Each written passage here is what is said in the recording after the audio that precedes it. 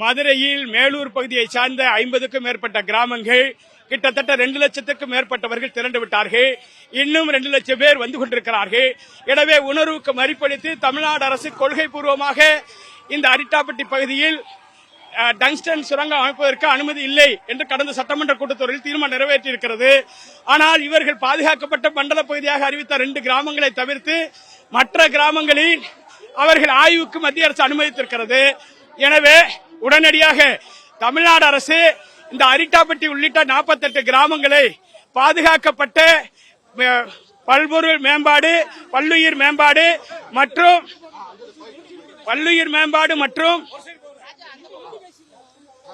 தொல்லியல் மற்றும் வேளாண் பாதுகாக்கப்பட்ட மண்டலமாக 110 விதியின் கீழ் சட்டமன்றத்தில் முதலமைச்சர் அறிவிக்க வேண்டும்.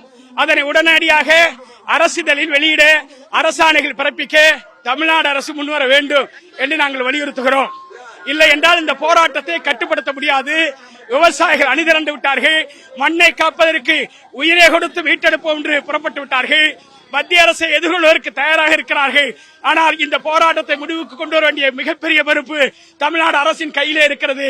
உடனடியாக அரசாணைகள் வெளியிட்டு பாதுகாக்கப்பட்ட மண்டலமாக பாதுகாக்க வேண்டும் என்கிற நோக்கத்தோடு புறப்பட்டிருக்கிறார்கள்.